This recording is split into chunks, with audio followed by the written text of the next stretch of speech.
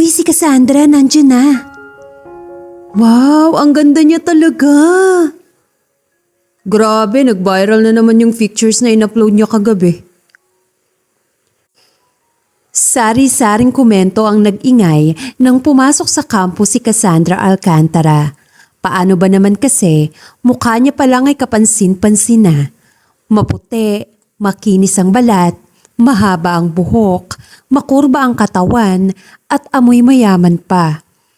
Isa lang naman siya sa pinakakilala sa school nila dahil pambato siya sa lahat ng beauty contest. Siya nga rin ang face of school kung saan mukha niyang nasa tarpaulin lagi para maengganyo yung mga estudyanteng pumasok sa eskwelahan. Cassandra, hindi mo na naman sinabi sa akin na maaga ka ngayon. Ani ni Lilian na matalik na kaibigan niya. Kahit na nasa kanya na ang lahat, ay isa lang ang naging kaibigan nito. Tinatamad na rin siya kasi makipagkaibigan sa lahat dahil wala siyang tiwala. Ngumiti ito. Yeah, I woke up early kasi and I have decided to go to school. Bakit gulat na gulat ka pa? Natatawang tanong ni Cassandra. Lilian rolled her eyes. Kasi palagi kang late. Sana sinabihan mo man lang ako na maaga ka ngayon nang magawan kita ng award. Biro nito at nagtawanan ng dalawa. Achievement din yan. Gaga ka talaga. Sa katunayan, hindi nakatulog buong gabi si Cassandra dahil namimiss niya pa rin ang ex nito, si Marcos Villamonte. Isang buwan na rin kasi simula nang naghiwalay silang dalawa. Ma-pride na babae si Cassandra, kaya hindi niya hahayaan na siya ang unang gagawa ng first move para kausapin ang ex nito. Lilian, Friday night ah. Pagpapaalala ni Cassandra sa kaibigan na si Lilian. Nakaugalian na kasi nilang mag-hangout sa bar palagi kapag Friday night. Ano kasi, may gagawin kasi mamaya sa committee eh. Alam mo naman, malapit ng sport fest natin. Baka gabihin din ako. Nanliit naman ang mga mata ni Cassandra dahil sa sinabi ng kaibigan. Wow, first time tumanggi ah. Change person yan? Hindi naman. Progressive lang this school year. Pero sa susunod, pangako sasama na ako ulit. Wala nang ang nagawa si Cassandra dahil sa busy si Lilian. Nang matapos ang klase, ay dumiretso na sila sa cafeteria para makapagmeryenda. Kamusta na pala ang puso mo, Cassandra? Tanong ni Lilian nang natapos silang umorder. Ha? Bakit mo naman naitanong? Wala lang. Siyempre parang hindi kita nakitang umiyak sa ex mo eh. Umupo sila sa gitna dahil yan ang kanilang upuan. Nobody sits there except them. Lahat ay handang magpaubaya kay Cassandra dahil ganyan siya kasikat at kaganda. Okay lang naman, ako pa ba? And hello? Ako? Iiyak sa lalaki? No freaking way. Pagsisinungaling ni Cassandra dahil ayaw niyang ipakita ang totoong nararamdaman niya. Talaga lang ah. Gaano ka okay yan? Baka mamaya mabalitaan ko na lang nagkabalikan na kayo. Napakunot naman kaagad ang noo ni Cassandra. Bakit ba naman kasi siya ang topic natin ngayon? Duh, it's been 1 month na simula nang mag-break kami. Okay na ako, no? So, how about seeing him? Wika ng kaibigan nito. Hindi ako magiging apektado.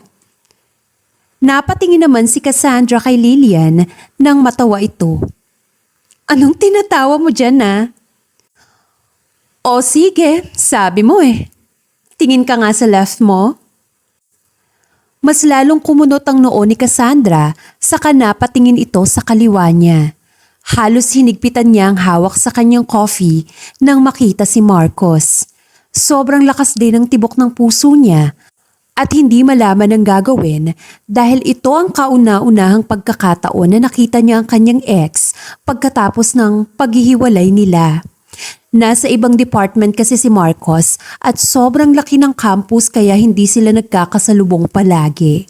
Akala niya ay kaya na niya makita si Marcos pero hindi pa pala dahil sobrang nasasabik siyang yakapin ito at gusto niyang sabihin kung gaano niya kamahal ito. Okay pala ah. Bago pa man tumingin sa pwesto nila si Marcos, ay kaagad na niyang itinuon ng pansin kay Lilian. Okay na okay talaga. Kahit nga may kasama pa siyang babae. Aniya, saka ininom ang kape. Kaya mo? Bakit naman hindi? Pagkatapos ng araw na yun, ay panibagong gabi na naman na hindi siya makatulog. Napatingin siya sa dating pictures nila sa phone at napaluha na lang nang makita kung gaano sila kasaya rito. Ang rason lang naman kasi ng paghihiwalay nila ay palaging tuyuin si Cassandra. Siguro nga ay napagod si Marcos, kaya sa pagsabi niyang maghiwalay na sila ay kaagad na pumayag si Marcos sa kanya. Coping mechanism niya ang mag-makeup para i-post sa social media. Nagbabaka sakali na mapansin siya nito at makipagbalikan. Pero halos isang buwan niya na rin ginagawa iyon ay wala pa rin siyang natatanggap na text galing sa ex-boyfriend niya. Kinaumagahan ay nagising siya dahil sa ingay sa baba ng bahay nila. Nang nakababa siya ay tumungo siya sa sala at nagulat nang makita na may mga bisita ang kanyang mga magulang. Isang buong pamilya ang bisita nito. Pero iisa lang ang nakakuha ng kanyang atensyon, kundi ang lalaking naka-earphone at tahimik lang sa gilid. Simpleng puti ang kanyang suot, pero sa unang tingin pa lang ay alam mo nang gwapo siya. "O anak, nariyan ka na pala. Halika, nandito ang ninang mo galing sa States." Kinawayan si Cassandra ng kanyang ina, kaya lumapit siya rito. "Mano po?" Kaagad na sabi niya saka nagmano sa tinawag na ninang at ninong niya. Kahit na spoiled brat itong si Cassandra at sobrang taas ng pride, kapag nariyan ang parents niya ay tiklop siya. Kung susuwayin niya kasi, ay siya lang din naman ang mahihirapan dahil kinukuha ng mga ito ang credit cards niya. Minsan nang nangyari yun kaya hindi na niya kaya pang maulit. Kasi parang hindi siya makasurvive nang hindi gumagastos. Si Ninang Celis mo saka si Ninong Erwin. Ayan ang 4 na anak nila, si Andrew, si Liam, si Joshua at si Marcos. Napatingin siya sa huling lalaki na itinuro ng kanyang ina. Napaatras siya sa gulat dahil kapareho ito ng pangalan ng ex niya. "Marcos?" Tawag ng kanyang ina kaya kaagad na napatingin si Marcos dito. Kinuha niya ang earphone niya saka tinuro ng ina niya si Cassandra. "Bumati ka sa kababata mo." Napakunot naman ang noo ni Cassandra dahil hindi niya naman kababata ito. Habang si Marcos naman ay napatingin kay Cassandra mula ulo hanggang paa. Kaagad na tumayo si Marcos at ginulo ang buhok ni Cassandra. "Grabe, dalagang-dalaga ka na ngayon ah." Natutuwang sabi ni Marcos saka kinurot pa ang pisngi ni Cassandra na para bang sobrang close nila. "Stay away from me, jerk." Reaksyon ni Cassandra at umiwas kay Marcos. "Cassandra, that is McCoy." Sigaw ng kanyang ina kaya natigilan si Cassandra at napatingin muli kay Marcos mula ulo hanggang paa. Hindi niya nakilala si Marcos dahil sobrang matipuno nito ngayon at mistiso. Yung kilala niyang McCoy kasi noon ay sobrang taba at maitim. Kaya hindi maaari na si McCoy ito dahil sobrang layo talaga ng kaanyuan na naaalala niya. Saka hindi niya naman alam na Marcos ang tunay na pangalan ng lalaki. Kundi McCoy lang. Palayaw nito. "No, excuse me." Pagmamaldita nito saka umalis. Nagbago na kasi ang lahat. Hindi na niya naramdaman ang closeness nilang dalawa kasi para sa kanya ay ibang tao si Marcos. Ang nakakainis pa ay kapareho pa ng pangalan ng ex niya. Nagrereklamo siya tuloy kung bakit ganito. Mapaglaro ang tadhana. Gusto niyang kalimutan ng ex niya, pero bakit may umepal pang kapangalan nito? Sungit mo na ngayon ah. Napahinto sa pag-splash ng tubig si Cassandra nang marinig niya ang boses ni Marcos. Hindi Villamonte, kundi Marcos Montiarde. Do I know you? Pagtataray nito. Kasalukuyan ay nasa pool area siya dahil Sabado ngayon at walang pasok. Hindi pa umaalis ang bisita nila at ayaw niyang makisalamuha doon. Of course, you really know me, Lil Sis. Saka siya inakbayan nito at ginulo na naman ang buhok niya. Can you stop? Hindi tayo close. Bakit ba ang sungit mo? Wala ka nang pakialam doon. Sa totoo lang kasi naiiling siya kay Marcos. Hindi niya maipaliwanag ang kanyang nararamdaman na tila ba hinahabol siya ng kanyang hininga dahil sa sobrang lakas ng tibok ng puso niya. O sige na nga, bigyan na lang kita ng space ngayon, baka magulat ka pa eh. Saka tumayo na si Marcos at aalis na sana nang biglang tumunog ang cellphone ni Cassandra. Tiningnan ni Cassandra ang phone niya at hindi sinagot ang tawag. Bumungad ang profile ni Marcos Villamonte nang kinansel niya ang tawag. Sinustok kasi niya ang profile nito. Hindi niya alam na nakita iyon ni McCoy. Bakit hindi mo sinagot? Nariyan ka pa? Gulat na tanong ni Cassandra sa kanapatayo. Oo. Pwede ba lubayan mo na ako? Wala kang pakialam kung sasagutin ko ang call o hindi. Kalalaki mong tao, napaka-chismoso mo. Sa kanya ito nilagpasan at bumalik na sa kwarto niya. Si Lilian lang naman kasi ang tumatawag sa kanya, hindi ang ex niya. Napabuntong hininga na lang ito, saka nag-isip kung pupuntahan niya na lang ba si Marcos na ex niya para makipagbate o hindi na. Masyadong mabigat sa kanya ang desisyon na ito. Pero hindi na niya kaya pa ang mga araw na hindi sila magkasama. Kaya pagkatapos ng ilang oras ng pag-iisip, ay finally, pupuntahan na niya si Marcos sa tinatambayan nito tuwing weekend, sa bilyaran ng mga mayayaman. Alauna na rin kasi ng umaga dahil sadyang pinag-isipan niya talaga ng mabuti ang desisyon. She sneaked around to see kung may tao pa sa baba nila. Pero tulog na ang lahat, kaya dali-dali itong lumabas ng bahay papunta ng parking area nila. Nang buksan na niya ang pinto ng sasakyan, ay kaagad naman itong nagsarado. Gulat siyang napatingin dito at nakita si Marcos o ang tinatawag niyang McCoy noon na nagsarado ng pinto. What the hell are you doing? Inis na sambit niya dito. Mapang-asar nang umisi si McCoy sa kanya. San ka pupunta ha? And why are you still here? Dagdag na tanong niya dahil akala niya ay nakauwi na sila. Hindi sila nakauwi dahil nagkaaberya ang sasakyan nila at pinapaayos pa nila.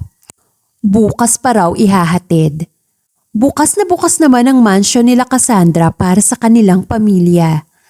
Matalik na magkaibigan kasi ang mga nanay nila kaya hindi na issue ang pagtulong ng buong pamilya niya sa bahay lalo na sobrang laki naman ito at mayroong mga guest rooms.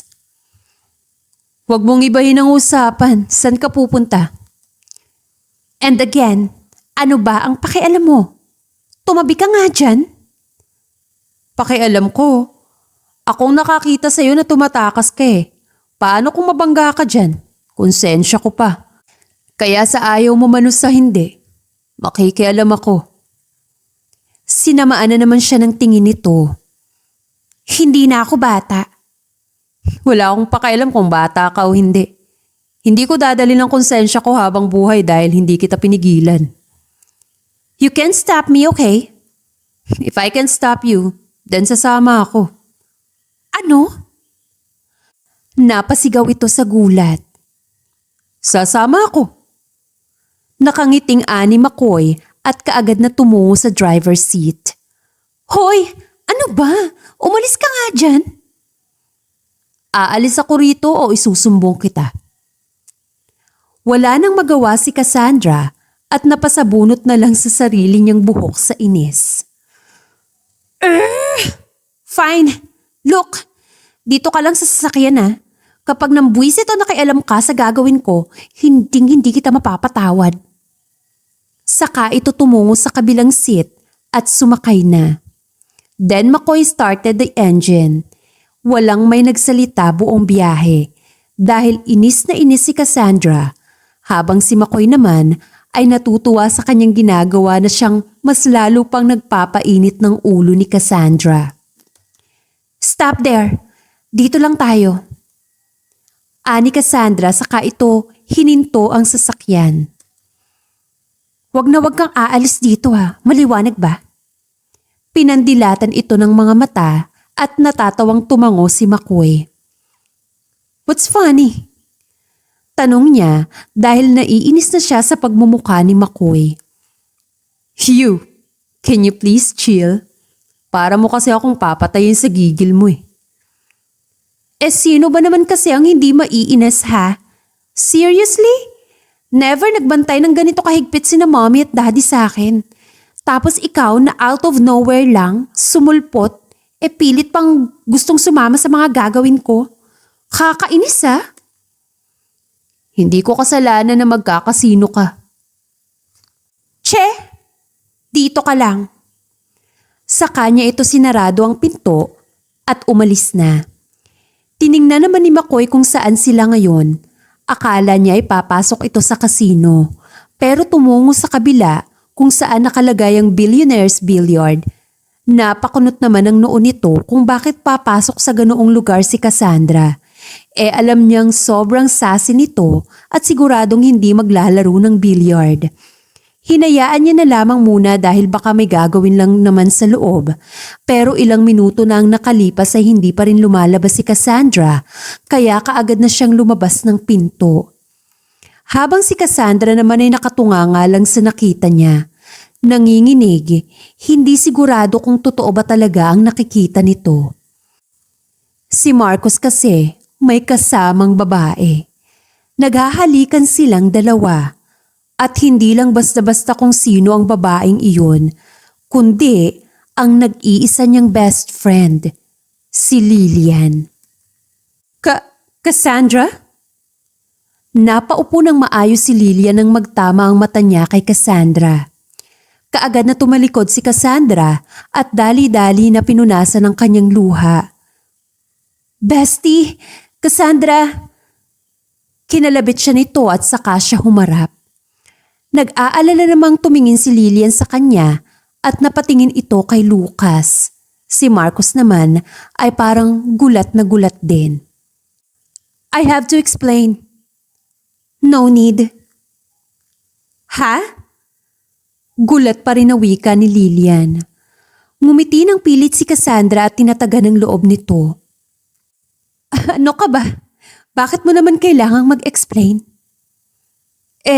Kasi ex mo siya. Ex. E-X. So wala na kami. Still, I feel like I have to explain. Kailan lang ba naging kayo? Pinilit ni Cassandra na maging buo ang boses niya. 3 weeks ago? Oh, right. After we broke up. Sa isip niya. Ngumiti ng pilit si Cassandra saka nagsalita. Matagal na rin. Sige Lillian ha, aalis na ako. Dumaan lang kasi ako rito para bumili ng soft drinks pero hindi na pala ako nauuhaw kasi masakit yung tiyan ko. See you on Monday na lang. Aniya, saka dali-daling lumabas. Pero hindi niya namalaya na nasa bandang likuran lang pala niya si McCoy at nabangga niya ito. Dito, hindi niya mapigilang maiyak habang yakap-yakap siya sa bisig ni McCoy. Anak naman kasi, bakit ka naglalasing? Mabuti na lang nandyan si McCoy.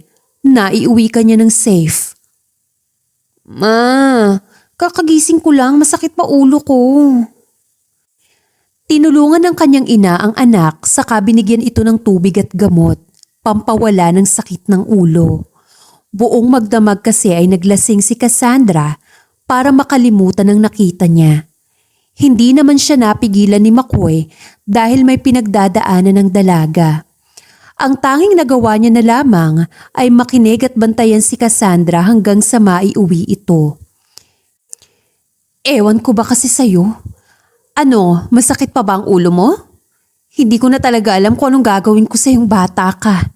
Mabuti na lang nandito si McCoy. Nabantayan ka niya. Napakunot naman ang noo ni Cassandra sa sinabi ng ina. Bantay? Hell no. Aniya, saka inilapag ang baso ng tubig. Napatayo naman ang ina saka nagsalita. Hell yes. He will transfer to your school by tomorrow and he will stay here for good. What? Dito? No, I mean dito sa Pinas, of course. Kaya laking pasasalamat ko talaga na dito na sila titira para naman may bantay ka. Palagi ka na lang umuuwi ng late. Kung hindi late ay lasing. Remember the last time when we confiscated your cards? Muntik ka nang mamatay sa car accident. And now you drank too much. Paano na lang kung wala si McCoy kagabi? Ano, mababalitaan na lang namin na nasa hospital ka? O may mga kalokohan kang ginawa? You are a woman, Cassandra. You have reputation that you should value. Huwag kang pabaya, anak. Cassandra rolled her eyes. Hindi siya nakikinig at wala siyang balak makinig dahil ilang beses na niya itong napakinggan mula sa magulang niya. She is a spoiled brat woman. Lahat ay nakukuha niya ng panandalian. Kaya para sa kanya ay sobrang dali lang ng lahat kahit ano pa man ang gawin niya. Ayan, hindi ka na naman nakikinig. I really don't know what to do with you anymore. Mom, listen, okay? I am not a kid anymore. So please let me have fun while I'm still young. Let me enjoy my teenage years. Sa inyo na nanggaling. Explore, have fun and learn. How can I learn if I will just stay here and do nothing? I must socialize with other people, right? And speaking of socialize, inabot niya ang phone niya sa bed niya, saka sumignal sa ina na wait. Mom, can I have a me time first? Bababa na lang ako kapag gusto ko na. Napabuntong hininga na lang ang ina dahil sanay na siya sa ugali ng kanyang anak. Naiwan si Cassandra sa kwarto niya, saka niya binuksan ang camera at nag-selfie. Nakailang take pa ito bago makuha ang perfect shot, saka tiningnan at napangiti na lang sa kagandahan niya, kahit na bagong gising pa lang ito. Woke up like this. #hangover. #last night was awesome. Sa kanya ni-click ang upload button at pinost sa social media account niya. Ilang segundo pa lang nang mag-post ay nakatanggap kaagad siya ng sari-saring reaksyon at komento. Ito lang ang buhay niya. Mag-selfie, mag-post, maging masaya sa atensyon na nakukuha niya at maging maganda. Alam niyo ba na may new student ngayon? Sobrang gwapo, sis! Totoo bang Marcos ang pangalan? Kapangalan ng ex ni Cassandra. Napaismid na lang si Cassandra habang nakikinig sa loob ng cubicle. Pumasok na kasi si Marcos at naging instant sikat siya dahil na rin sa kagwapuhang taglay nito. Halos lahat ay kinikilig pa nga dahil mala Koreano ang datingan nito. Pero itong si Cassandra ay naiinis dahil alam niyang may magbabantay na sa kanya at magsusumbong sa mga magulang niya kapag hindi siya papasok. Lumabas na lang siya sa banyo nang nawala na ang mga estudyante. Saka niya hinugasan ang kamay niya, saka napatingin sa salamin. Cassandra? Napatingin si Cassandra sa bagong dating at nakita niya ang kanyang best friend na si Lilian. Hi!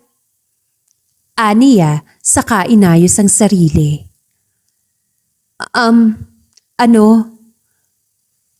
If you're going to say sorry about you and my ex, there's nothing to be sorry about. She cut her off and faced her. Lilian, it's really fine. Ano ka ba? I am Cassandra Alcantara. I won't cry over boys. Madali silang palitan kaya wag kang mag-alala sa akin. I'm actually happy for you. For both of you. Stay strong, ha? Bigla naman napangiti si Lilian sa kanya. Saka niyakap siya. Talaga ba? Kung ganun ay okay lang na magkasama kaming dalawa? Oo naman. Bakit naman hindi? Magjowa naman kayo. Pilit na hindi pinakita ni Cassandra ang totoo niyang nararamdaman. Gusto niyang magalit.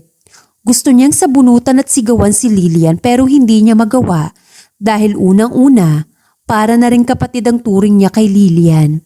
At pangalawa, ayaw niyang mang-away ng ibang babae dahil lang sa lalaki.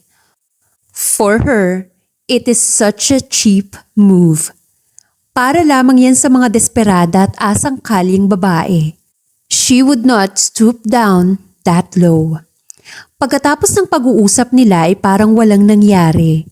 Magkasama pa rin silang dalawa pero may pinagkaiba na. Kasama na niya palagi si Marcos dahil kay Lilian. Here's babe, eat this. Wika ni Marcos kay Lilian. Babe naman, pwede namang hindi na ako subuan, nasa public tayo oh. Parang nahihiya pa si Lilian sa ginawa ng lalaki. I don't care. Ayaw mo nun. Malaman na nilang tayo na. Mahal na mahal mo talaga ako, no? Napataas ng kilay si Cassandra sa sinabing yun ni Lilian. Sobra. Sagot naman ni Marcos. Napaubo na lang ng kaunti si Cassandra at napainom ng drinks. Mukhang nakalimutan yata ng mga tao na ito na kasama nila si Cassandra dahil sobra sila kung makapag-PDA. Naulit lamang ang pangyayari kung saan nagiging third wheel na si Cassandra palagi sa kanila. Umabot na rin sa punto na pinag-uusapan sila sa campus, lalo na kilala na mag-ex silang dalawa. Seryoso ba? Third wheel na lang si Cassandra sa kanila ngayon? Akala ko talaga si Cassandra ang pinupuntahan niya eh. Pero ang BFF pala.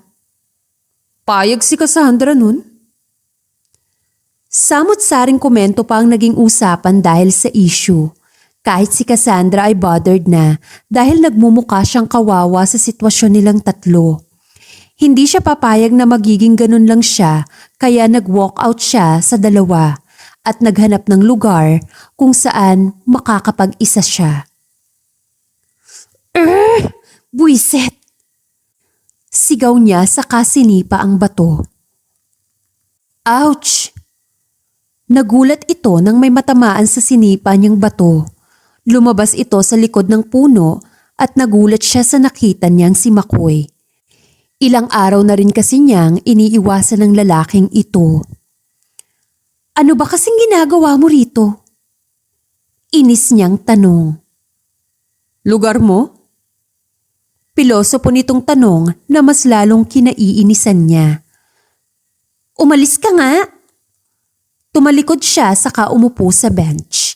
Nasa likod sila ng campus kung saan may maliit na parke. Iilan lang talaga ang tao rito dahil likod na nga ito at hindi naman tambayan ito. Dito niya lang naisipang pumunta dahil may klase naman siya mamaya at hindi naman siya makalabas ng university. Bakit ba kasi sama ka ng sama sa kanila? Nagulat si Cassandra sa tanong ni Makoy dahil hindi niya inakala na alam din pala nito. Anong pinagsasasabi mo? Tanging tanong niya na lang at pinanood itong umupo. I didn't know that you were quite famous here. Pinag-uusapan kayo. Of course, I am pretty. So? Why are you still going out with her knowing that she was dating your ex? Which is obviously, mahal mo pa. Bakit ba napaka-chismoso mo? Fine. Kaibigan ko si Lilian, okay? Walang kaibigan na magsusulot ng ex ng kaibigan. That's the unwritten rule. If we do have bro code, probably you girls have girls code too. Sinamaan lang ito ng tingin ni Cassandra. Still, she is my friend and I don't ruin my friend para lang sa lalaki. Hindi ako ganun. Hindi lalaki ang makakasira ng pagkakaibigan naming dalawa. At hindi ka apektado? Last time I checked, nilasing mo ang sarili mo dahil lang sa lalaking yun. Baka nga iniiyakan mo pa rin siya hanggang ngayon. You are just in denial. Iyakan? Tumawa ito ng peke. Ew! Why would I cry over him? Lalaki lang siya.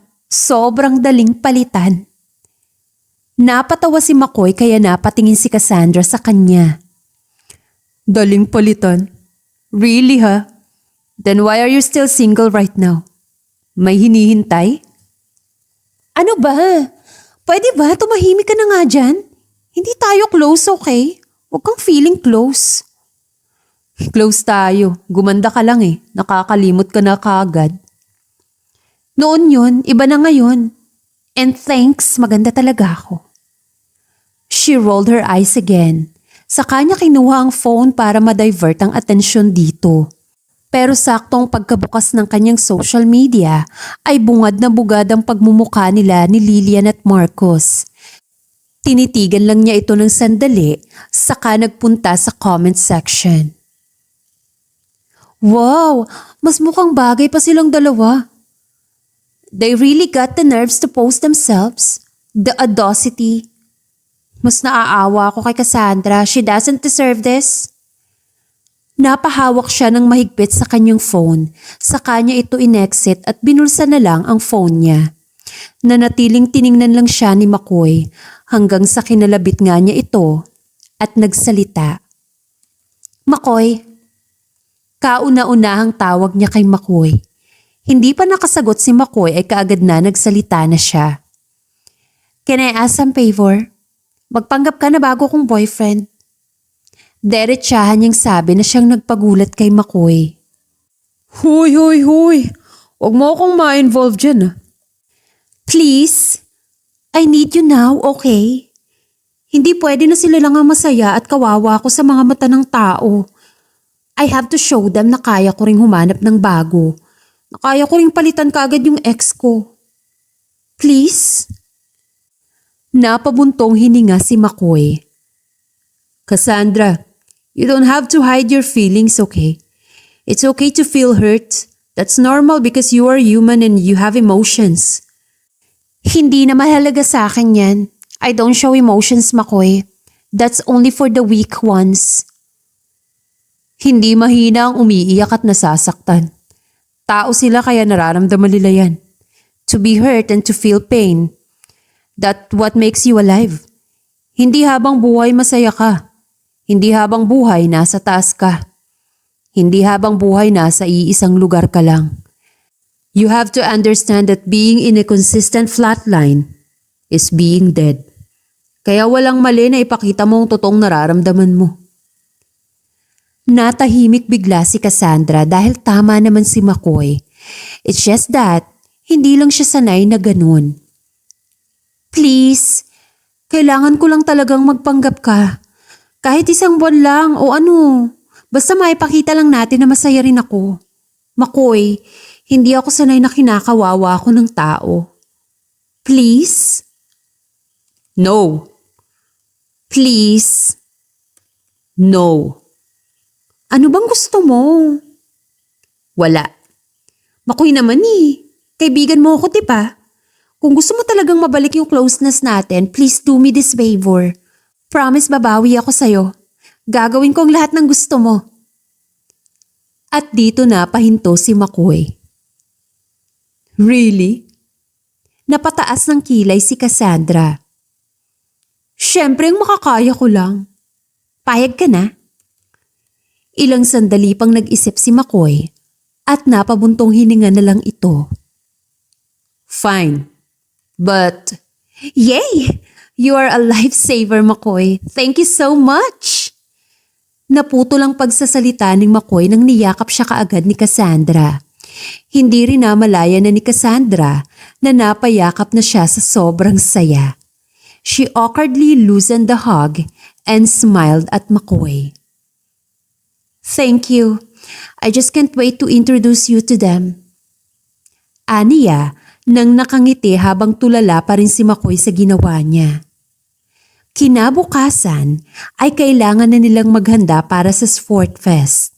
Napili si Cassandra bilang isa sa mga contestants sa Miss Sport Fest 2022. Madami siyang preparasyon na ginawa sa loob ng isang linggo. Pero sa loob ng mga oras na yon ay hindi naman nawala ang bestie niya para suportahan siya sa lahat ng practice nila. Siyempre kapag nandyan si Lilian, hindi mawawala si Marcos, ang dating ex niya. Kaya ngayon, hindi naman siya makafocus dahil panay nakaw ang tingin niya sa dalawang nagsusubuan ng pagkain. At nangyari na nga ang event at si Cassandra na ang rarampa sa stage. Wow! Go Cassandra! Number 3! Slay Cassandra! Everyone was cheering her and she was smiling from ear to ear. Inangkin niya ang stage at nagpakitang gilas ito tulad ng dati. Grabe, she never failed to disappoint us. She's literally giving the main character vibe. Panalo na yan! She blew some kisses on her fans. Mas lalong nagwala ang mga kalalakihan at ibang babae. Paano ba naman kasi, sobrang ganda niya sa suot niyang swimsuit. Once again, I am Cassandra Alcantara, your darling sweetheart from CBA. Thank you. Kumaway siya sa lahat habang ngumingiti pa rin. Napatingin siya sa kabilang ganda at nakita si McCoy na tahimik lang na nanunood. Saka siya napatingin sa kabila at nakita niya si Lilian kasama si Marcos. Binigyan siya ng tamis ng ngiti ni Lilian, saka ng thumbs up. Napangiti na lang din siya.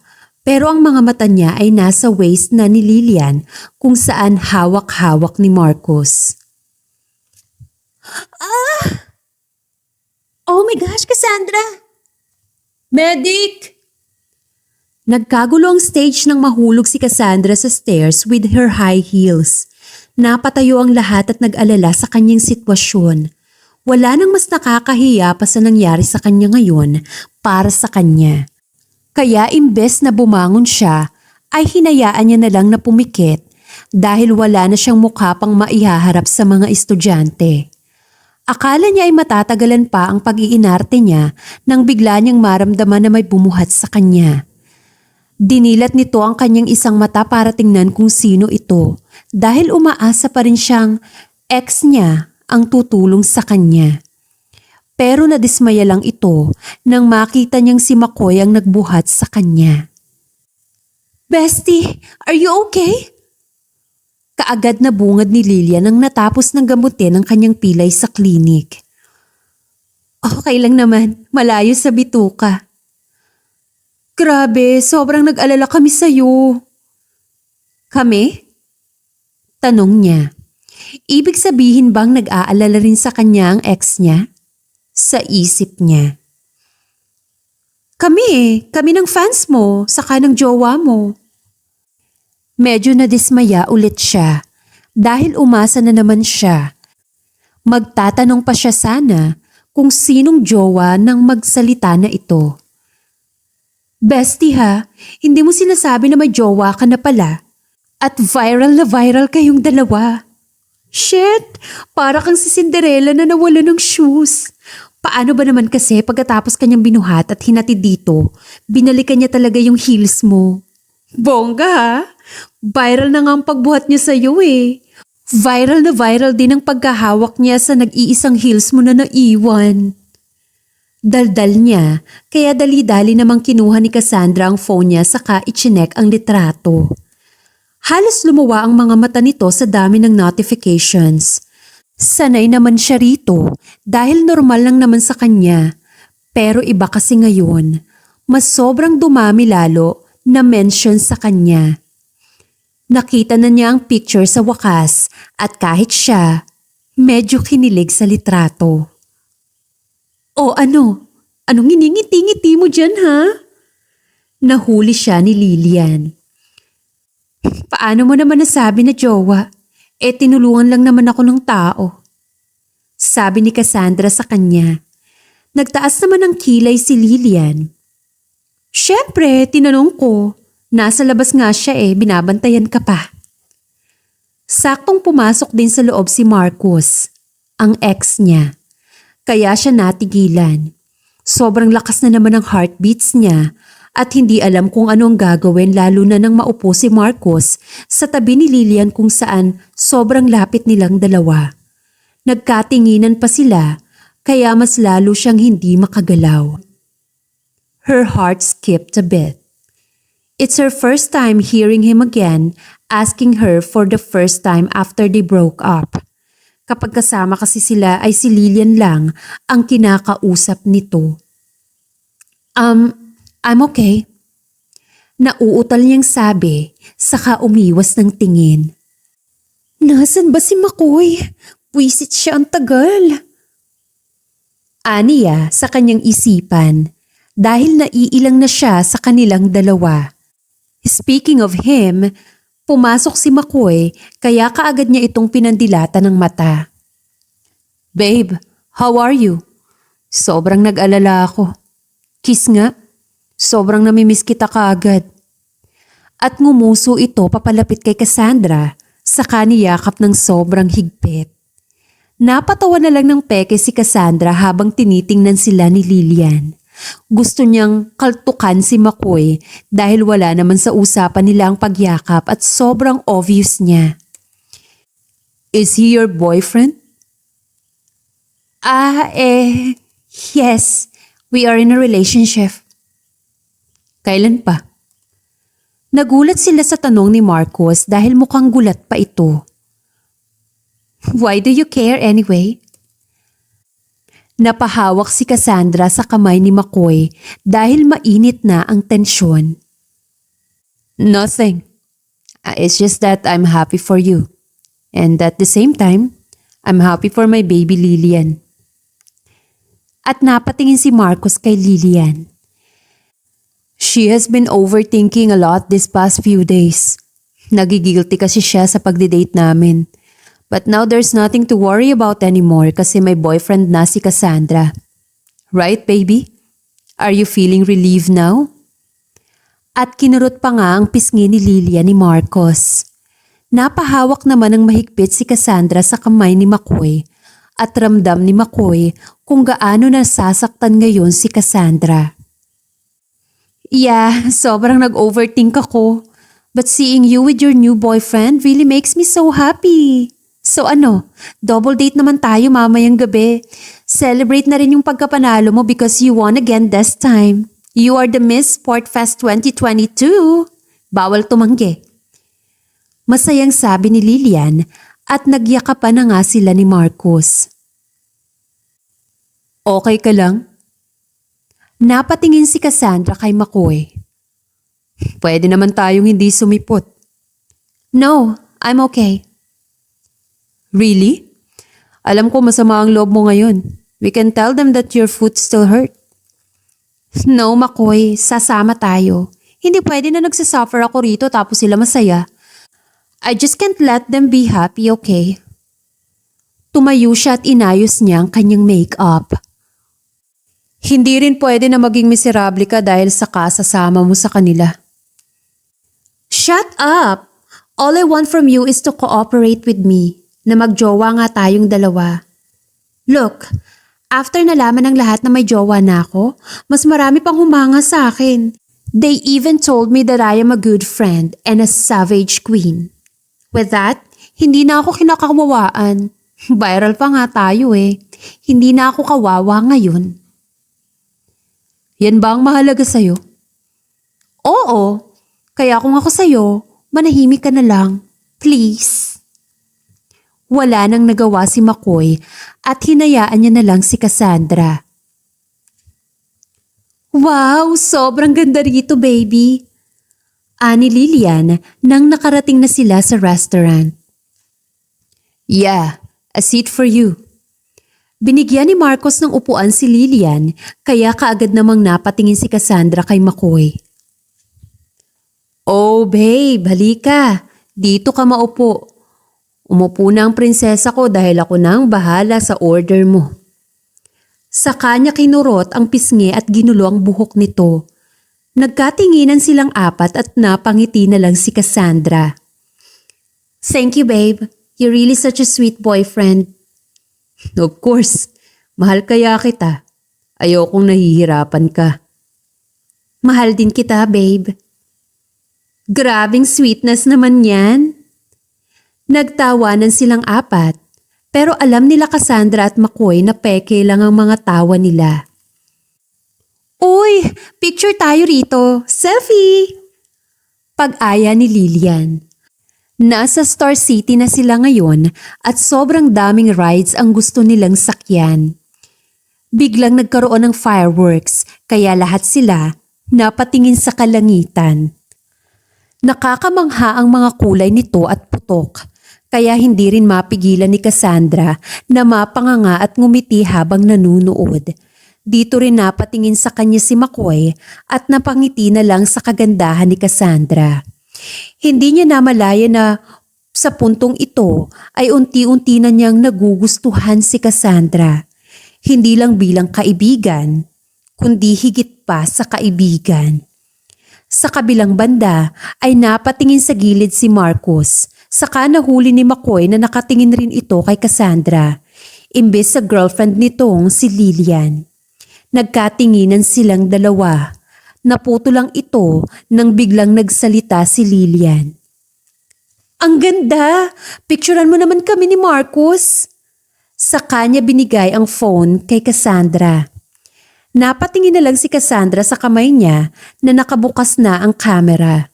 Saka siya napatingin sa dalawa na pumwesto na sa harap nila. Unti-unti niyang itinaas ang kamera, saka kinuhanan ng mga ito ng litrato. Halos mabitawan niya ang phone na hawak nang biglang naghalikan ng dalawa. Pero pinilit na lang niyang kuhanan sila ng picture at napadami pa nga. Maganda ba? Kaagad na kinuha ni Lilian ang phone. Sobrang ganda, bestie. Kayo rin ni McCoy mo, dali! At tinulak nga nito ang dalawa. Hindi, okay lang. Tanggi niya dahil gusto niya na lang umalis at umiyak. Anong okay lang? Kayo rin dapat dali na at baka mawala pang fireworks. Pagpupumilit nito, sa kanya tinutukan ng kamera. Nagulat na lamang nang bigla siyang hinikit ni McCoy sa bewang. Tila naging slow motion ang pagharap niya kay McCoy at napasobra pa nga ang lapit ng mukha nilang dalawa. McCoy, halikan mo ko. Aniya na nauutal pa. Nagulat si McCoy sa sinabi niya pero kinuha na lang ni Cassandra ang pagkakataong malapit ang mukha nilang dalawa. Wala sa usapan nito, Cass. Wala akong pakialam basta halikan mo ko. Cass, we can get out of here. Please, I'm begging you, halikan mo ko. At pumikit na nga ng tuluyan si Cassandra. Hinihintay na dumampi ang labi ni McCoy. Hinawi naman kaagad ni McCoy ang buhok niya at dahan-dahan na ngang inilapit nito ang muka sa kanya. And just like that, their lips met. Mariin na napapikit silang dalawa at naghalikan na ng tuluyan. Wow, grabe! Sana all! Kaagad na napadilat si Cassandra sa halik at bahagyang itinulak si McCoy. Saka siya humarap at nagulat ng sobra. Ang dami na palang tao na nanunood at binivideohan silang dalawa. Ilang na napatawa si Cassandra, saka lumapit sa kanila si Lilian. Sobrang ganda ng kuha niyo rito, bestie! Eee! At pinakita nga ni Lilian ang kuha nila ni McCoy. Napadaing sa sakit ng paa si Cassandra nang magising siya kinaumagahan. Sobrang late na silang nakauwi dahil madami silang sinakyan na rides. Namamaga rin ang kanyang paa dahil na nga rin sa kakagamot lang noon nung nahulog siya at ginamit niya kaagad ito na dapat magpahinga na lang muna. Kaya ngayon, sobrang sama ng kanyang nararamdaman. So, kamusta ang sakit? Napatingin si Cassandra sa nagsalita. Nakita niya si McCoy na may dalang palanggana. Anong ginagawa mo rito ha? Sobrang aga pa ha. Anong maaga? Tanghali na kamahalan. Oh, ano naman kung tanghali? As far as I can remember, hindi ka nakatira rito kaya bakit ka nandito? Can you please chill? Mainit ka na nga, mainit din ang ulo mo. Ganyan ba kapag nilalagnat? Saka napahawak kaagad ng noo at lieg si Cassandra. Ngayon niya lang napagtanto na kung bakit sobrang sama ng pakiramdam niya ay dahil pala nilalagnat siya. So, answer me. Umupo si McCoy sa paanan ng paa niya nang nilapag niya ang palanggana. Doon niya nakita na yelo pala ang laman nito. Nakalimutan mo yata kagabi na umaga na tayong nakauwi. Hinatid kita sa bahay niyo at hindi na ako hinayaan pang umuwi ni tita dahil delikado raw. Pinatulog niya ako sa guest room, saka nang kinaumagahan ay ginising ka rito. Pero hindi ka nga nagigising dahil sa tulog mantika ka nga. Nakakain at nakaligo na kaming lahat, ikaw nakahilata pa rin dyan. So, pumasok ka? Hindi ah. Pumasok lang ako nang hindi ka na maasikaso ni tita dahil may biglaan siyang lakad. Iniwan ka niya sa akin at sabi niya alagaan kita dahil sobrang init mo. Ayan, kumain ka muna para makainom ka na ng gamot mo. Okay lang ako, ano ka ba? Saka siya tumayo pero kaagad ding napahawak sa kama dahil nahihilo siya. O si, hindi mo pa kakaya. Tingnan mo nga yung paa mo, sobrang namamaga. Napatingin naman ito sa paa niya at nakitang sobrang pula nito at namamaga. She rolled her eyes and took her phone. Saka nag-selfie na parang nagmamakaawa effect. Natatawang umiling na lang si McCoy dahil alam niyang ipopost niya naman ito sa social media para sa followers niya. Kinuha naman ni McCoy ito at inilapag sa lap, sa kanya nilagyan ng yelo. Aw, ang sakit, wag mong hawakan. Inis na sabi niya, saka nagpatuloy pa rin sa selfie niya. Tapos sasabihin mong kaya mo? Kaya ko naman talaga. Hindi mo kayang tumayo. Medyo na-touch siya sa effort ni McCoy at naa-appreciate niya ito habang tinitignan kung paano nilalagyan ni McCoy ng yelo ang namamaga niyang paa. Hindi mo naman kailangan gawin to eh. Oo naman, di ko naman talaga gagawin to. Inutusan lang ako ng nanay mo. Sinamaan naman siya kaagad ng tingin ni Cassandra. Alam mo, wisit ka. Naiinis ka na naman, tinutulungan na nga kita. So pinagyayabang mo sa akin ngayon. Ang gulo mo? Saka napatawa na lang si Cassandra, hanggang napatawa na lang din si McCoy sa kanya. Buong araw ay walang ginawa si McCoy kundi alagaan si Cassandra. Sport fest naman nila at hindi naman required na magpunta sa school kaya maganda ang timing na pagkapilay ni Cassandra dahil walang klase. Wala siyang ipag-aalala. Kainin mo yan magiging malamig na oh. Ayoko. Kainin mo. Maotoridad na sabi ni McCoy. Baka nakalimutan mo na gagawin mo lahat ng gusto ko. Kaya unang utos ko sa'yo, kainin mo yan. Wala nang nagawa si Cassandra at kinain niya na nga ang soup na niluto ni McCoy.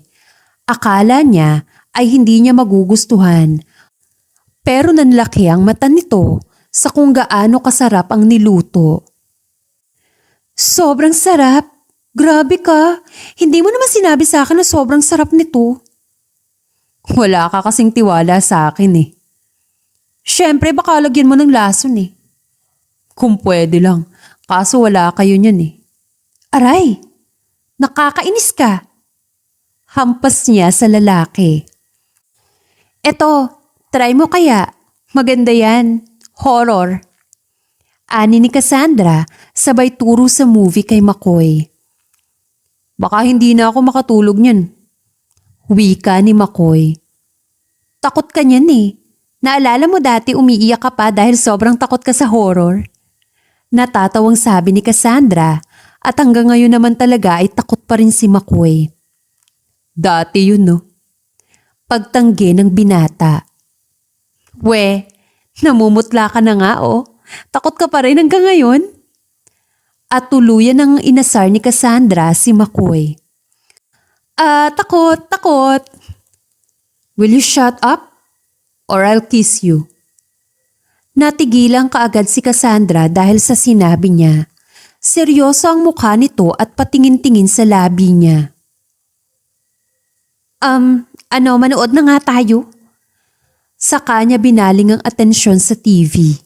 Nag-movie marathon na lang silang dalawa.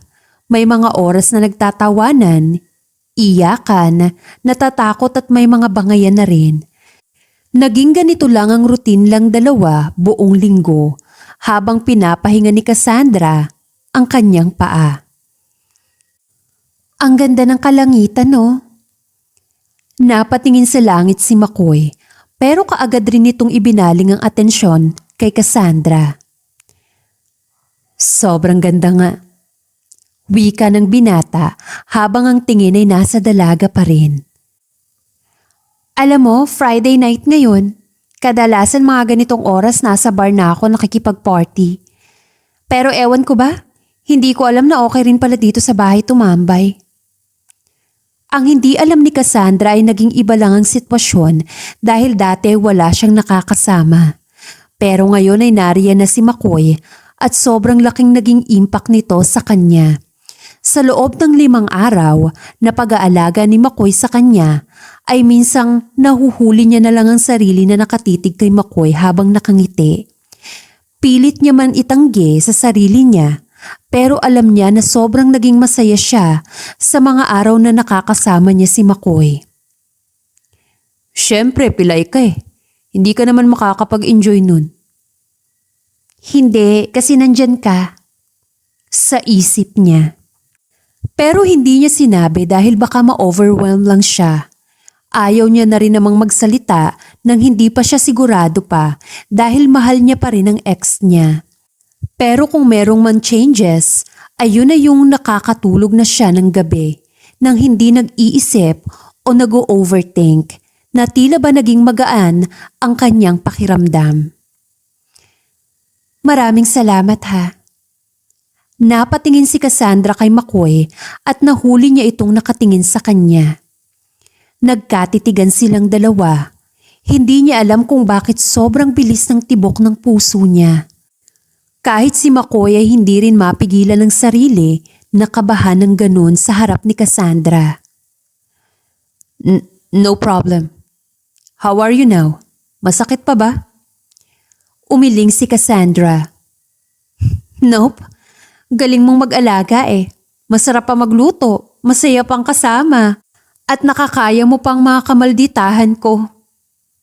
Uy, baka magustuhan mo na ako at makalimutan mo ng ex mo ah. Asar ni McCoy sa kanya. Sana nga.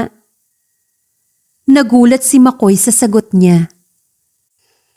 Kung natuturuan lang ang puso na magmahal, ikaw ang pipiliin ko. Gusto ko na siya kalimutan, McCoy. Nasasaktan na kasi ako eh. Sobra na. Hindi naman ganito dati. Hindi ko lang alam kung bakit ang lakas ng tama ako sa kanya. Kasalanan ko kasi to eh. Masyado ko siyang inabuso. Naging sobra ako sa kanya. Masyado akong demanding. I overthink a lot. Kaya ayun, hindi ko siya masisisi kung bakit siya napagod at naghanap ng iba. Kasalanan ko lahat ng to. Shh! Don't be so hard on yourself. Hinawakan ni McCoy ang kamay ni Cassandra. Don't gaslight yourself, okay? You will never be too much to someone who really loves you. The right man will give you what you deserve even without asking, even without demanding. He will always give you assurance because he cares for your feelings and he doesn't want you to overthink. Isa lang ang nakikita kong mali sa inyo. Maybe you both lack of communication? Pero kahit naman siguro ganun, kung talagang gusto mong magpakalalaki sa taong mahal mo, gagawin mo ang lahat ng dapat gawin. You don't deserve the bare minimums. You deserve more than that. And if he thinks that you are too much, then let him find less. Again, you will never be too much to someone who loves you truly. Napansin ni McCoy ang luhang pumatak sa mga mata niya, kaya pinunasan ito ng binata gamit ang kamay nito. I will let you cry for now. Let out those heavy feelings you are carrying in your chest. Ilabas mo lahat ngayon. But promise me that after this night, you won't cry over him again. He doesn't deserve you. You don't deserve him. Iiyak mo lang lahat yan ngayon. Kung pwede kang sumigaw, go, sumigaw ka. Let all the pain out of your chest. I'll wait until you're okay. Nandito lang ako. Pagkatapos nun, ay umiyak ng umiyak si Cassandra. Sumigaw pa nga ng sumigaw para lamang mailabas ang lahat ng kanyang nararamdaman. Hanggang sa napagod siya. Napaluhod na lamang ito sa damuhan at niyakap siya ni McCoy. Sabado ng umaga ay okay na ang lagay ni Cassandra. Hindi niya masasabi na mentally dahil hindi pa rin siya sigurado. Pero ang alam niya ay nawala ang bigat sa kanyang kalooban.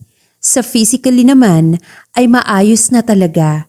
Nakakapaglakad na rin siya dahil iniinom niya ang gamot niya sa tamang oras.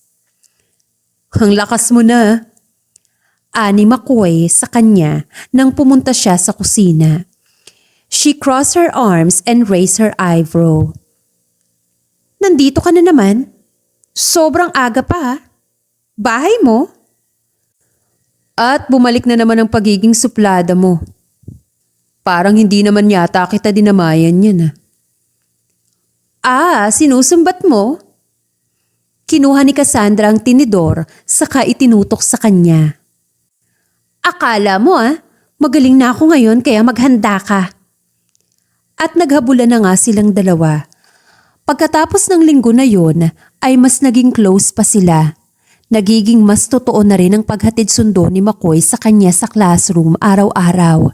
At nagkaroon pa nga ng fans club ang love team nila dahil nga sikat si Cassandra. Uy, grabe, kumakabog talaga kayong dalawa, bestie. Parang in love na in love kayo sa isa't isa, nakakakilig. Tingnan mo nga, yung viral nyo naman na litrato ng isang araw na hinatid ka niya dito. Saka pinakita naman ni Lilian. Sabi ko naman sa kanya na pwede na akong maglakad mag-isa Kaso ayaw niya talaga at gusto niyang ihatid ako. Nakakakilig nga Sana all. Bakit ka nagsasana all? Hindi ka ba hinahatid ng jowa mo? Natigilan si Lilian sa tanong ni Cassandra. I mean, dito sa classroom. Nauuna ka lagi Dagdag pa niya. Bumuntong hininga na lang si Lilian. Dati, nung isang buwan pa lang kami, hindi. Kasi ang alam ng lahat mag-ex kayo tapos nahihiya rin ako sa'yo. Pero akala ko yun lang yung rason kung bakit ayaw niya na ihatid ako. Ano pala? Naintriga naman si Cassandra sa mga ito. Ewan, hanggang ngayon kasi hindi pa rin Nakikita lang kami tuwing uwian na. Malungkot itong yumuko. Napakunot noon naman si Cassandra. Hindi naman kasi ganun si Marcos sa kanya noon.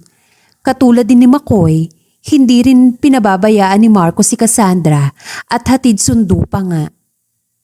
Baka busy lang. Pampalubag loob niyang sabi dito hanggang sa nagsimula na ang klase. Uwian na at nariyan na si McCoy sa labas ng classroom nila. Madami nga ang kinikilig sa relasyon nilang dalawa. Babe, kanina ka pa rito?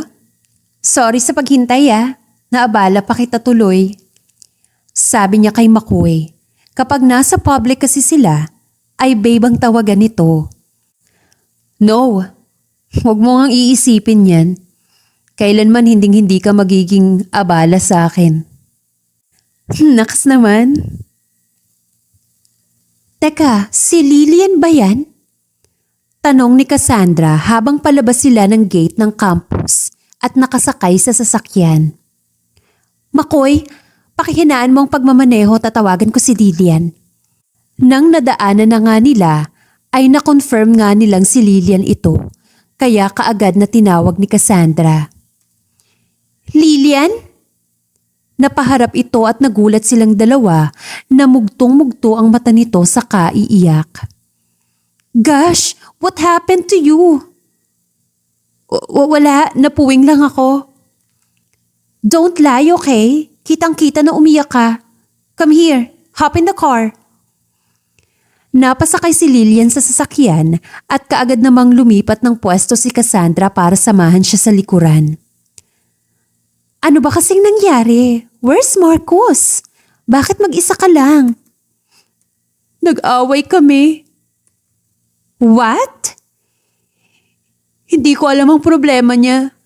Sinabi ko lang naman na kung minsan sunduin niya ako sa room dahil naiinggit ako sa inyo. Pero biglang nagalit sa akin. Sinabihan ako na sumusobra na ako. Nagkatinginan silang dalawa ni McCoy sa salamin. Napabuntong hininga naman si Cassandra at hinagod ang likod nito. Kinuha niya ang tissue at ibinigay sa kanya. Parang doon lang iniwang kanya. Oo, ang babaw nga eh. Mababaw talaga. Sa isip niya. Pero okay lang naman. Baka nga rin kasi wrong timing ako at pagod lang siya. Busy kasi ngayon sa department nila lalo na tagahabol sila sa plates. Nalungkot si Cassandra sa pinagdadaanan ngayon ni Lillian dahil nakikita niya ang kanyang sarili noon. Sinamahan lang nila sandali si Lillian at pagkatapos ay hinatid na nila sa bahay niya. Marcos? Ano na? Ha? Bakit mo naman tinrato ng ganun ang kaibigan ko? Galit na tanong ni Cassandra kay Marcos. Pinuntahan niya ito sa bahay nila, hindi dahil namimiss niya ito, kundi dahil naaawa siya sa kaibigan niya. Ilang araw na rin kasi na hindi pinapansin ni Marcos si Lillian at nade-depress na ang kaibigan niya. Wala akong dapat ipaliwanag sa iyo, Cassie. Cassie. Cassie ang tawag sa kanya ni Marcos noong sila pa. Hindi niya alam pero namimiss siyang tawagin siya nito. Pero hindi naman yan ang pinunta niya rito. Kundi para sa kaibigan niya. Bakit hindi mo siya kinakausap? Alam mo bang nababaliw na ang kaibigan ko kakaisip kung anong ginawa niya sa'yo? Kung bakit ka nagkakaganyan? Hindi siya nito pinansin at nagpatuloy lamang sa pagbibilyard sa loob ng bahay nila. Marcos, kinakausap kita. Sa kanya hinablot ang damit ni Marcos para humarap sa kanya. Hindi mo na sana ginagawa sa kanya ang ginawa mo sa akin nun. Dito tuluyan na naiyak si Cassandra. Kaibigan ko siya, Marcos. Kung gagawin mo lang din sa kanya ang pinagdaanan ko sa'yo nun, sana hindi mo na lang siya niligawan. Di mo siya kaibigan kasi. Walang sino mang kaibigan na papatol sa ex ng kaibigan niya. Pero kaibigan ko pa rin siya. Pinatawad ko na siya doon dahil mahal ko siya at wala na tayo. Magdadalawang buwan nang wala tayo. At kayo? Bago pa lang kayo pero ganito na ang trato mo sa kanya? At okay lang talaga sa'yo ha? Napakunot ng noo si Cassandra. Sa akin kasi hindi. Anong pinagsasabi mo? Hanggang ngayon pa rin ba clueless ka? O baka naman dahil pinapairal mo pa rin ang pride mo? Hindi kita maintindihan, Marcos. Napatalikod si Marcos at napasabunot ng buhok niya. I used her. I freaking used her. Can't you see that? I am still in love with you. Hindi makagalaw si Cassandra sa kanyang kinatatayuan. I use her for you to get jealous, to see my worth, for you to realize na hindi mo ko kayang mawala sa buhay mo. But what did you do? Naghanap ka. Ako pa talagang naghanap? Malay ko bang ginamit mo ang kaibigan ko? Napaiyak siya ng todo. Marcos naman, dinamay mo pa talaga ang kaibigan ko. Kung totoong mahal mo ko, sana kinausap mo na lang ako, di ba? I've waited you. Hinintay kita. Pero ano? Isang buwan na palang kayo at hindi ko yun alam. How could you say that you used her to make me jealous when I didn't even know about your relationship with her? Nanginginig na siya dahil sa galit at sa sakit na nararamdaman niya. Ngayon niya lang kasi binuhos ng lahat ang hinanakit niya sa harap ng lalaki. I was a coward, okay? Naging duwag ako. Natakot ako na baka wala na. Na baka huli na. Natakot ako kasi. Mahal kita pero ewan ko, natuwag ako. Hindi kita pinaglaban. Pero ngayon, alam ko na mahal mo pa rin ako. Ramdam ko yun. Bumalik ka na sa akin, please. Magbalikan na tayo. Lumapit ito at kinuha ang kamay ni Cassandra. Marcos, hindi madali ang gusto mong mangyari. Pero mahal mo pa rin naman ako, diba? Mahal mo pa rin ako. Sabihin mo. Hindi nakasagot si Cassandra at hindi niya alam kung bakit. Ang alam niya lang ay magiging komplikado lang ang lahat kapag nagkabalikan silang dalawa, lalo na dalawang tao ang maiipit sa sitwasyong ito. Marcos, paano si Lilian? Makikipag-break ako sa kanya. Magbalikan tayo hanggang sa maging okay na ang lahat saka na natin ipaalam na tayo na ulit. I just can't afford to lose you again. Iitatago natin? Marupok na akong marupok. Pero mahal pa rin ni Cassandra si Marcos. At ito naman talaga ang gusto niyang mangyari kahit noong dati pa. Oo, basta magkabalikan tayo. Hahanap lang ako ng timing. Hihiwalayan ko na siya. Pagkatapos ay nagyakapan ang dalawa. Ano? Halos mapatalon sa gulat si Cassandra nang sumigaw si McCoy. Tama bang narinig ko? Nagkabalikan kayo? Bakit? Mahal ko siya, McCoy. Mahal? Pagkatapos kanyang iwan? Saktan? Mahal? Ganyan ba ang pagmamahal na gusto mo? Tumalikod sa kanya si McCoy, saka napatingin sa bintana. Kasalukuyan ay nasa kwarto sila ngayon ni Cassandra. Inimbitahan niya si McCoy dahil sinabi niya ang tungkol sa kanila ni Marcos. Cassandra naman, hindi mo ba nakikita kung gaano kagago ang lalaking yun? Tinuhog niya kayong dalawang magkakaibigan. Dinamay niya ang kaibigan mo. Ginamit niya. Sa'yo na nga rin ang galing na hindi ko siya kaibigan, di ba? Sinubukan niya pa rin agawin sa akin si Marcos. Cassandra, nahihibang ka na ba? Narinig mo ba ang sarili mo? Hindi na napigilan na sigawan ni McCoy si Cassandra dahil sa inis sa sinabi ng dalaga. Parang hindi na ikaw yung dati.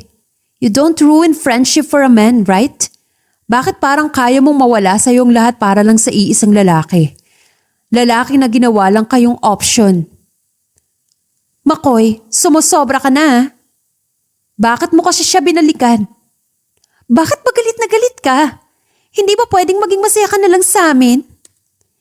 Napaharap si McCoy sa kanya at nagulat ito nang makitang paluha na si McCoy. Paano ako magiging masaya kung sinasaktan lang ang babaeng mahal ko?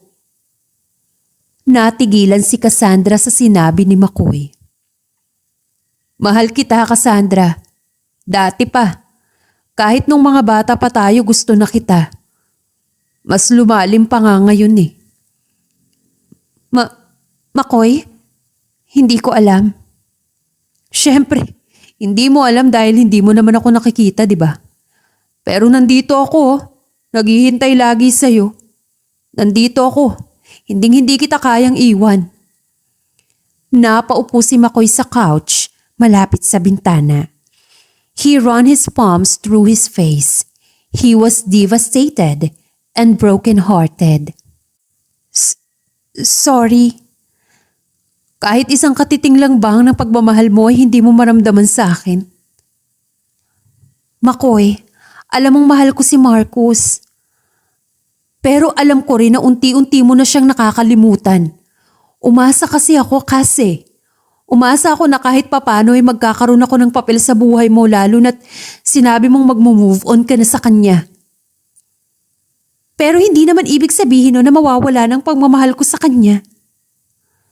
Pinunasan ni McCoy ang kanyang luha, saka tumayo. Pero masaya ka ba ngayon? Are you happy na nagbalikan kayong dalawa? Tanong nito kay Cassandra. Napatango naman si Cassandra. Napahinga na lang ng malalim si McCoy bago ulit nagsalita. Okay then. I'm happy. I love you so much. I just want you to be happy. Even that happiness doesn't include me. Then he went out of the room and walked away from her. Lumipas ang ilang linggo na nagtatago silang dalawa ni Cassandra at Marcus. Hiniwalayan na rin ni Marcos si Lilian at si Cassandra pa ang nag-comfort sa kanya. Masaya naman siya sa pinili niya dahil sa wakas, nagkabalikan silang ng taong mahal niya. Pero ang hindi niya pa rin maintindihan kung bakit ang bigat ng kanyang dinaramdam. Kahit ano pang pagpapaniwala niya sa kanyang sarili, hinahanap niya pa rin si McCoy. Inaalala kung kumusta na ba ito. Pagkatapos kasi ng araw na yun, ay hindi na sila nagkausap ang dalawa. Love, you're not touching your food. May problema ba? Cassandra woke up from her senses when Marcus stopped her. Yeah. I mean nothing. May naalala lang. At ngumiti kay Marcus. Really? But are you happy? Hindi siya makasagot. Masaya naman siya, di ba? Masaya siya. Alam niya yun. Pero bakit parang ang hirap sagutin ang tanong niya? Masaya naman. Bakit mo tinatanong yan? Pilit na natawa ito. Wala lang. Pansin ko lang kasi na magkasama naman tayo pero parang ang layo mo. Napakunot noo si Cassandra. Anong ibig mong sabihin? Parang ang layo mo. Palagi kang may iniisip, parang pakiramdam ko may kulang sa'yo. Ano bang iniisip mo? Marami. Wika niya sa isip niya. Wala. Pakiramdam mo lang yun siguro. Tara kumain na lang tayo bago pa lumamig yung pagkain. Tapos na akong kumain. Ha? At tiningnan niya ang plato. Tapos na ngang kumain si Marcos. I told you kanina pa, tulala ka lang. Nilalaro mo lang ang tinidor at mukhang malalim ang iniisip. Ganun ba? Sorry. Hindi lang kasi yan ang nangyayari ngayon eh. Palagi sa tuwing magkikita tayo and it bothered me a lot. May problema ba talaga? Tell me. Bumabawi naman ako, 'di ba? Oo naman. Kaagad na sagot ni Cassandra dahil nakikita niyang bumabawi naman si Marcus. Pero habang tumatagal, ang pag-iisip niya ay alam niyang hindi si Marcus ang problema, kundi siya. Sarili niya. So ano? Mahal mo na siya? Nagulat ito sa tanong ni Marcus. Ha? Confirmed. You love him already. Sino? Si McCoy. Lumakas ang tibok ng puso niya. It's fine. Nagulat siya nang hinawakan ni Marcus ang kamay niya. You don't have to explain. I've been observing you since when you were with him and I usually compared it to us. You look at him the way you used to look at me. And he did too. It hurts me a lot. Kung alam mo lang ay sobrang laking pinagsisisihan ko na pinabayaan kita. Na hinayaan kong hindi tayo magkaayos. Sobrang pinagsisisihan ko ang lahat ng yun. Kasi kung naging tamang lalaki lang ako para sa'yo, hindi na kita makikita na may kasamang iba. Sobrang sakit pala na may kasama ng ibang taong mahal mo at wala kang magawa dahil kasalanan mo naman kung bakit siya napunta dun. Pero alam kong masaya rin ako. Masaya ako kasi sa wakas, may lalaki na nahandang magpakalalaki para sa'yo. You deserve everything in this world, Cassie. You deserve to be treated well. You deserve him. Ngumiti si Marcos sa kanya. I wanted to be selfish. Gusto kong angkinin ka. Pero iba talaga kapag mahal mo ang isang tao, no? Kaya mong ipaubaya siya dahil alam mong doon siya sasaya. Kaya go. Tell him that you love him. I know you. You are not that showy but please don't let this bluff. Sabihin mo na sa kanyang totoong nararamdaman mo bago pa mahuli ang lahat. Bago mo pa siya makita na may kasama ng iba. Napaiyak sa tuwa si Cassandra dahil sa sinabi ni Marcos. Kaagad siyang tumayo at niyakap ng mahigpit si Marcos. Pagkatapos ay lumabas siya sa restaurant at nagmaneho papunta sa bahay ni McCoy. McCoy? McCoy, buksan mo ang pinto! Sigaw niya habang pinipindot ng walang katapusan ng doorbell nila. McCoy! Miss, walang tao dyan. Kaagad siyang napatingin sa likuran at nakita ang isang matandang babaeng nagsalita. Anong walang tao? Ha? Nasaan ang mga tao rito? Si Papa Pogi ba hanap mo? Kakaalis niya lang kanina. Sinabi na pupunta ng airport. Airport? Bakit? Aba, ewan ko. Pinabantay lang sa akin ng bahay. Hindi na nag-aksaya pa ng oras si Cassandra at bumalik na siya sa kanyang sasakyan saka ito pinaandar. Ano ba, traffic? Inis niyang hinampas ang kanyang manobela nang naipit siya sa traffic. Habang traffic ay kinuha niya ang kanyang phone at pilit na tinatawagan si McCoy pero hindi pa rin ito sinasagot. Walang tigil ang pagbubusina niya hanggang sa unti-unti nang nakaalis siya sa traffic. Malapit na siya sa airport nang na-stuck siya ulit kaya hindi na siya nag-aksaya pa ng panahon at bumaba siya sa sasakyan at tinakbo na niya ang airport. Madaming tao ang nagtitinginan sa kanya pero wala siyang pakialam.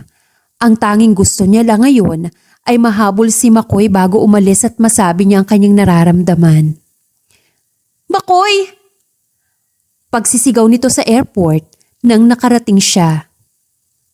McCoy! Tumakbo siya sa guard at akmang papasok pa sana kung saan pumapasok ang pasahero pero pinigilan siya nito. Miss, bawal pumasok. Kuya, please papasukin mo na ako. May hinahabol lang po ako. McCoy! Pagmamakaawa niya, sabay sigaw sa pangalan ni McCoy. Miss, pasensya ka na talaga pero bawal talaga eh. Kuya naman eh. At umiyak na nga ng todo si Cassandra nang hindi na niya nakita pa si McCoy. Tingnan mo nga naman, sino ang iyakin ngayon? Nagulat siya nang may nagsalita sa likuran niya. Kaagad siyang humarap dito at laking ngiti niya nang makita si McCoy. Tumakbo siya at walang pag-aalinlangan na niyakap niya si McCoy. McCoy, hindi mo ako iniwan. Aniya habang yakap-yakap ng mahigpit si McCoy. Bakit naman kita iiwan? Sabi ko naman sa iyo hindi kita iiwan, di ba? Tahan na. Ang pangit mo na niyan tuloy. Asar pa nito saka pinunasan ng luha niya. Bakit ba kasi nandito ka sa airport? Malamang aalis ka. Sinundo ko lang naman sila mama, tangiks. Saka nito tinuro ang kinaroroonan ng mami nito at nakangiting nakatingin sa kanila. Pero hindi na niya pinahaba pa ang oras at hinalikan niya si Makoy kaagad. Mahal kita. Sobrang mahal. Aniya nang mabawi ang labi. Talaga? Oo. Seryoso ka ba dyan? Hindi makapaniwalang tanong ni Makoy sa kanya. Oo nga. Ikaw lang ang mahal ko, Makoy. Siyempre naman. Ang pogi ko kaya. Aw! Napatili ito sa paghampas niya. Buwisit ka pa rin. Mahal mo ako Wala nang bawian yan Yes. Oy, Makoy, ano ka ba? Binuhat ni Makoy si Cassandra at halos lahat ay nagsipalakpakan sa kanilang dalawa. I love you, Cassandra Alcantara. Sigaw ni Makoy sa loob ng airport. I love you too, Makoy. Marcos Montiarde. The end. Ang pag-ibig ay sadyang makulay. Minsan nakala natin masaya na tayo. Minsan nakala natin mahal pa rin natin ang taong yun. Minsan nagiging makasarili tayo. Pero minsan naman, nagiging mapagbigay tayo. Makita lang na masaya ang taong mahal natin. Handa tayong masaktan para lang makitang masaya sila. Dahil ang pag-ibig ay parang isang haligi na bumubuo sa sarili nating buhay. Maraming salamat po sa pakikinig sa ating kwento. Muli sana ay may napulot kayong aral sa istoryang ito. Keep safe and God bless. Malayo ka man, mahal, lagi mo tandaan. Hindi magbabago, pag-ibig ko'y sa'yo lamang.